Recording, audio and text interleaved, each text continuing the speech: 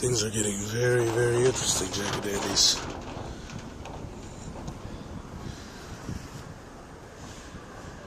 Julian Assange just got arrested, and we all know why. It's because he was exposing the crimes of the white supremacist oligarchs in the Middle East, where they shut up those journalists that were exposing the fact that America was killing innocent people. The journalists that they shot were also exposing the fact that America was raping boys. Like I talked about before, the United States military in Abu Ghraib, the real truth was that they brought a bunch of teenage boys in there, some of them 14 to 15, and they physically sodomized them with their penises. Now, we all know that the United States military is notorious for rape, just as the United States police force is notorious for raping prostitutes and women in general, especially intoxicated women. And they wanted to cover that up. I'm going to put this all in the links. There were a bunch of other things, and so what the military did was they planted American-made RPGs at the scene. A lot of them came from USAID, because as I talked about, a lot of American NGOs are really government organizations that are used to basically fund and arm terrorists and get military and black ops guys in a position to stage coups and arm terrorists, whatnot. So there's that. We all remember what Bradley Manning exposed. And see, they don't like that, because that woke America up. At least some of the citizens was woken up by that. And that led to basically them having to create a bunch of rabbit holes to cover their tracks. And they've been doing that ever since. Because that made America look really bad. Because we all know that America is a scumbag nation ruled by white supremacist oligarchs.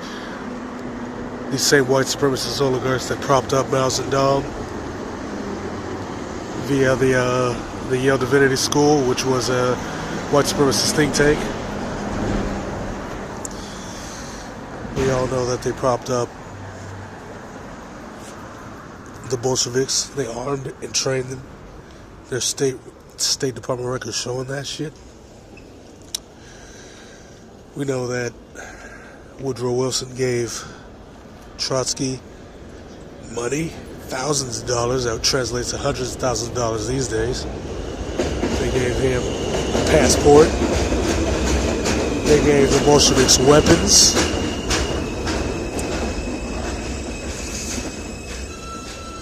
They brought a bunch of U.S. bankers and business leaders in there via Red Cross.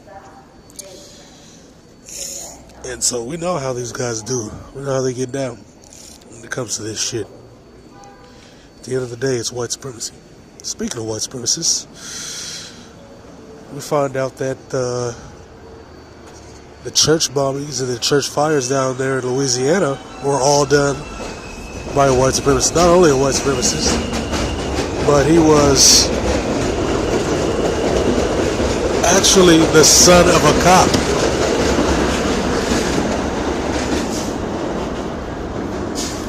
That's right.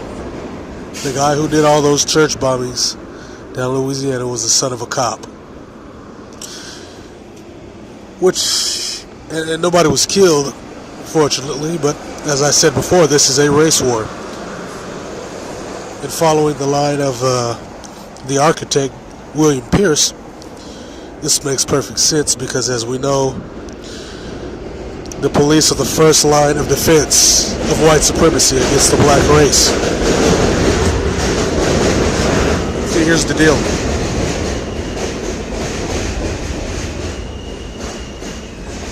The way it actually works is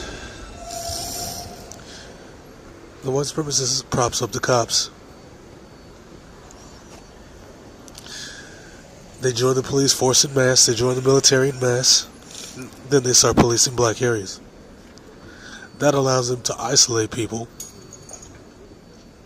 so that they can go in there and do a mass extermination, Yugoslavia style. That's what they've been planning the whole time. That's why they're in law enforcement. That's why they infiltrated law enforcement. And that's what they're doing. Even though Barack Hussein Obama was anti-black and killed thousands of blacks in Libya, thousands of blacks in Colombia, Trump is continuing to do this, by the way, and blacks all over the world, as well as making a lot of anti-black policies in America and stealing black properties in America using asset forfeiture and bullshit marijuana laws when he was going after medical marijuana. Even though he did all that, when he was elected, there was a mass recruitment of cops, and a lot of those cops started shooting blacks on purpose. Also, a lot of pedestrian civilian white supremacists started killing blacks in mass around that time. The same thing happened in '95 when Clinton was re-elected. And so you see, this is a race war, and that's why I always tell you to get armed, because we are enemies that occupy the same landmass. You're not included, you're not allies, you're not friends, you're not brothers in arms. That's why they have all these guys on my page doing damage control, and that's why they shadow ban me. People have come onto my page and told me that they shadow ban me. They've shadow banned me for years. Now, I have workarounds that I won't go into, but again, they have people that constantly watch me. They're constantly on there monitoring, making sure that I don't say the wrong thing that gets people all riled up, because they don't want the Bronco kicking the fence over. That's what they don't want. But I'm going to keep exposing these guys. See, the reason why I always talk about some of this stuff that doesn't seem to make sense is because every time you destroy a white supremacist narrative, you prove the white supremacist is a fucking liar. Everything that comes out of their mouth is a lie. South African genocide's a lie. OJ being guilty is a lie. The reason why we went into Iraq is a lie. 9/11 is a lie. It's all a lie. The Bolsheviks is a lie. The way Mao Zedong got in power is a lie. It's all a lie. When you break down and expose their lies, all you can deal with is the truth. You peel back the layers of the onion and you find the beast inside. And what I'm telling you to do is to expose that beast. And when you do, don't get scared. GTG, fill it with the heat, and unload it until it's empty. These people are your fucking enemies. Stop playing this game. Martin Luther King was a pawn propped up by the government and then disposed of when he was no longer needed. I always talk about him because, again, he was propped up by the white supremacists, so his legacy is a fucking lie. They tried to do the same with D.R. McKesson, but it didn't catch. All these guys are pawns of these fucking scumbags. It's all a fucking game set up by the white supremacist oligarchs and carried out by the pedestrian white supremacists and coons. That's how this shit works. And when you try to expose it, they get mad. And blacks are brainwashed, so they don't want to touch it. Because as long as you give blacks a little bit of money, some access to white sexual capital, they're pretty much good. They're like, alright, we got some white girls, I'm good. I got a white girl, I got a white dude, I'm good. They pop out those little half-breeds. The half-breeds grow up with nothing but resentment and animosity towards blacks, by the way. A lot of them. So there's that. So in the end, you're really not benefiting from that either. And they know it. But they continue to do this nonsense. But at the end of the day, this is a race war. I will continue to expose this race war. I will continue to expose these white supremacists because they're out here killing niggas on the low. Whenever something happens that they feel is a symbolic victory for blacks, they start killing blacks in mass around the country. They get on code and they kill blacks. I've proven it time and time again. And so what they do is they flag it to where you can't see the comments. So trust me, you niggas want to be delusional, you can be delusional all day. This is a motherfucking war. This is not a picnic.